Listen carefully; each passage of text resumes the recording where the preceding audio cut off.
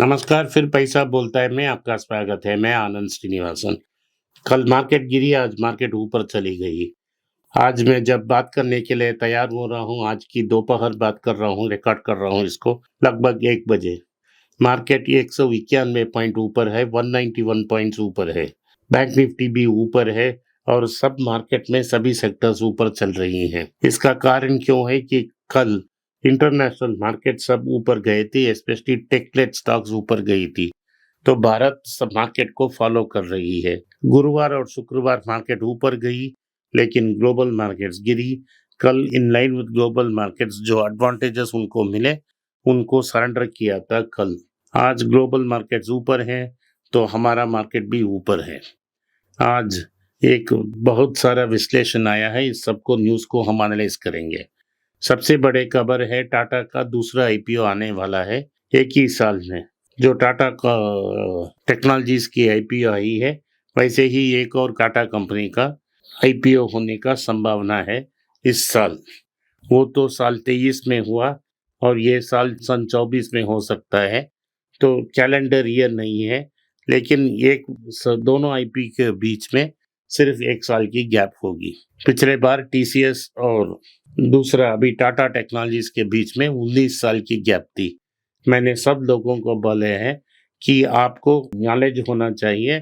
लगभग 90 ऐसे कंपनी हैं टाटा के जो पब्लिक नहीं है, और उनमें सब में अच्छा वैल्यू है और वैल्यू अनलॉक कभी भी वो कर सकते हैं। टाटा कंपोनेंट्स का main shareholder Tata Sons है, जो उसके पास 21% है। दूसरा बड़ा शेयर होल्डर टाटा इंडस्ट्रीज है और दूसरे सारे कंपनियों के पास शेयर होल्डिंग है। टाटा कंपोनेंट्स एक ऑटो कंपोनेंट मैन्युफैक्चरर है। वो ना कि टाटा टेल्को को सप्लाई करती है, जेएलआर को सप्लाई करती है, लेकिन दुनिया के अनेक कंपनियों की भी सप्लाई कर रही है। आज वो स्कोडा के पास एक जॉइंट सप्लाई अरेंजमेंट साइन किया है, जहां वो स्पेयर पार्ट्स उनके ऑटो डिवीजन में नहीं, उनके रेलवे डिवीजन को सप्लाई करेंगे, जैसे मेट्रो रेल और कैबिन बनाने में। तो टाटा ऑटो कंपोनेंट्स अनेक सारे इंटरनेशनल पार्टनर्स हैं जिनको वो प्रोडक्ट सप्लाई कर रहे हैं। सो चंद्रशेखर का ये इच्छा है कि ये एक बड़ा कंपनी बनाए और एक सप्लायर्स मार्केट को डोमिनेट करें। इसके लिए वो उनको 2-3 चीज करना पड़ेगा। मार्केट में वैल्यू अनलॉक करना पड़ेगा ताकि कंपनी का वैल्यूएशन ऊपर आ सके। इस कंपनी का, जैसे मैं बताया, main share holders Tata industries और टाटा सन्स हैं। हमें कोई डिटेल्स पता नहीं है, फाइनेंशियल्स क्या हैं, किस रेट में वो प्रॉस्पेक्टस डालेंगे, कब इश्यू आएगा, इसके बारे में कोई डिटेल्स नहीं है। सिर्फ ये डिटेल्स है कि टाटा आईपीओ करनी चाहती है और वो वैल्यू अनलॉकिंग करने के लिए तैयार हो रहे हैं। ये भारत के सबसे बड़े ऑटो कंपोनेंट्स कंपनियों में से एक है। तो आपको ये क्लियरली अंडरस्टैंड करना चाहिए कि टाटा सभी इकोसिस्टम में है। वो स्टील बनाता है, ऑटो कंपोनेंट्स बनाता है, कार्स बनाता है, बैटरी बनाता है, इलेक्ट्रिकल इक्विपमेंट भी थोड़ा थोड़ा टाटा पावर में कर लेता है। सो ये एंटायर वैल्यू चेन को कैप्चर करने की कोशिश कर रहे हैं। अभी उन्होंने, जैसे मैंने बोला, स्कोडा के साथ एक सप्लाई अरेंजमेंट की है जहां से ये प्रोडक्ट सप्लाई करेंगे। तो अनेक सच कंपनियों एरोस्पेस में भी ये सप्लाई करने की क्षमता रखते हैं। तो अगर ये कंपनी आया तो हम कंसिडर कर सकते हैं, अगर आईपीओ में हमको चीप डिस्काउंट में इस स्टॉक मिले तो। सो आज ऑटो कंपोनेंट्स में के बाद ऑटोस में सारे न्यूज़ हैं। बजाज ऑटो ने 10,000 करोड़ का बाईबैक अनाउंस किया है। पर शेयर उनका होगा 10,000 रुपया, और जो भी शेयर टेंडर होंगे, जब अगर बाईबैक बजट के ऊपर हैं तो उन्हें रिजेक्ट किया जाएगा। हमको ये भी देखना है कि क्या ये प्रोरेटा बेसिस हो गया एक्सेप्ट करने की, यानी ये तो मार्केट लॉटरी होगा, इसके बारे में कोई अनाउंसमेंट नहीं है। लेकिन बाईबैक प्राइस 10,000 आज की प्राइस से लगभग 3,000 रुपया मोर एक्सपेंसिव है, और इससे हमको सरेंडर करके नीचे रेट में खरीद सकते हैं। तो आप इस आर्बिट्राज को कर सकते हैं, अपने शेयर्स को दाखिला कर सकते हैं। अगर एक्सेप्ट होगी उसी दिन वापस आप इसको खरीद सकते हो। तो आपको एक आर्बिट्राज पैसा मिलेगा। हर शेयर में आज की रेट में लगभग 3000 हो पाएगा। यही न्यूज़ है बजाज ऑटो की। दूसरी न्यूज़ है होंडा मोटर कंपनी की। होंडा मोटर्स एक शानदार प्लांट है उनके पास गुजरात में, जहां वो सिर्फ स्कूटर बनाते हैं। स्कूटर में उनका डोमिनेंट मार्केट शेयर है। लगभग 20 मिलियन गाड़ियां वो तैयार कर ये 15 लाख गाड़ियां तैयार कर रहे हैं। आज ये न्यूज़ आया है कि वो गुजरात में अपना प्लांट को एक्सपेंड कर रहे हैं। सन 1.93 मिलियन स्कूटर्स रेडी करने के लिए यह एक्सपेंडेड प्लान क्षमता रखती है। तो होंडा की गोल लगभग 2 लाख स्कूटर हर साल बेचने का है। ये सबसे बड़ा स्कूटर मार्केट है, फॉलोड बाय टीवीएस मोटर्स और हीरो कंपनी जो पुराने उनके पार्टनर्स थे। आने वाले इलेक्ट्रिक व्हीकल टाइम में हमको देखना चाहिए क्या होंडा इसी प्लांट में इलेक्ट्रिक स्कूटर बना सकती है। और जेएलआर में एक बड़ा खबर है, 11 क्वार्टर, एक क्वार्टर 3 महीने होती है, सो लगभग 36 महीने के बाद जेएलआर के ने सबसे बड़ा होलसेल ग्रोथ दिखा है।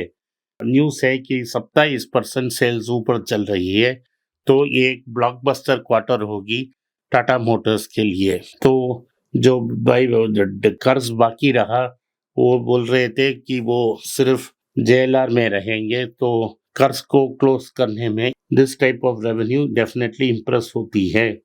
तो टाटा ऑटो कंपनीज की सेल से जो पैसा मिल रहा है वो भी डेट रीपेमेंट के लिए यूज किया जा सकता है।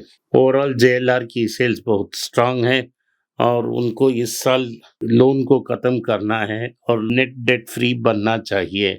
नेट डेट फ्री का मतलब है जो उनके कैश और लिक्विड एसेट्स हैं उसको इक्वल डेट होगा। अगर बड़ा डेट चाहिए तो वो फाइनेंसिंग आर्म के लिए चाहिए, वो बॉन्ड या फिक्सेड डिपॉजिट्स में ही टाटा मोटर फाइनेंस लेगी।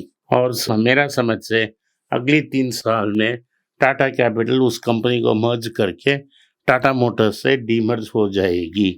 टाटा मोटर्स एक डेट फ्री कंपनी की ओर आगे से कदम ले रही है। लगभग 12 से 15 मंथ्स में ये कम्प्लीटली डेट फ्री हो जाएगी। हम अब इसको कंसिडर कर सकते हैं। आज जैसा मैंने बोला गोल्ड की रेट्स कम हुई है, तो अगर आप चाहें तो आप गोल्ड की कुछ खरीदारी कर सकते हैं गोल्ड बीस के मार्गन। आखिर में सिप्ला ने एक जॉइंट वेंचर अनाउंस की है, जहां वो मणिपाल की एक सब्सिडरी कंपनी से साथ टाई अप करके सेल थेरेपी भारत में इंट्रोड्यूस करने की कोशिश कर रही है। सेल थेरेपी सिर्फ अमेरिकन और यूरोप में अभी है, तो भारत में ये स्प्रेड होने में टाइम लगेगा और इसका लीड सिप्ला ले रही है। तो फार्मा इंडस्ट्री में हम सिप्ला बहुत एक्सपेंसिव है, हम डॉक्टर रेड्डी और नैटको फार्मा को कंसिडर कर सकते हैं।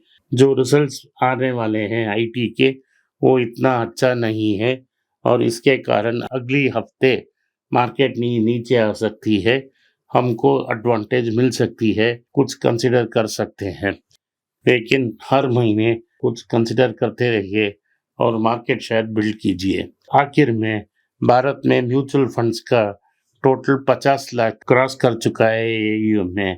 अभी सिप मोड में 10 लाख करोड़ है एयूएम में। ये एयूएम बड़े ज़्यादा है और पब्लिकली ट्रेडेड कंपनीज में बहुत सारा इन्वेस्टमेंट नहीं होगा, प्राइवेट कंपनीज में ही ये इन्वेस्ट होगा। हमको देखना है कि एलआईसी इसको कैसे नेविगेट करती है। तो ये बहुत इम्पोर्टेंट अहम सवाल है कि जो छोटे उद्योगपति हैं उनको कैसे क्रेडिट मिलेगी, इसके बारे में हमें चर्चा करना पड़ेगा। तमिलनाडु मर्केंटाइल बैंक अच्छी पोजीशन में है, आप गिरते इस स्टॉक को खरीद सकते हो। गिरावट से डरिए मत। जो केस चल रही है दोनों गुट के बीच, जब ये सेटल हो जाएगी तो ये स्टॉक का रिटर्न बहुत ज्यादा अच्छा होगा। आपने इस वीडियो में उपस्थित हुए इसके लिए मैं आपका आभारी हूँ। अगर आपको इस वीडियो पसंद आया, इस वीडियो को लाइक कीजिए, चैनल को सब्सक्राइब कीजिए और बेल नोटिफिकेशन दबाएं। आपने सब कुछ करवा दिया, अपने दोस्त और रिश्तेदार के पास इस वीडियो को भेजें और उनको देखने की आग्रह करें। नमस्कार, धन्यवाद, जय हिंद।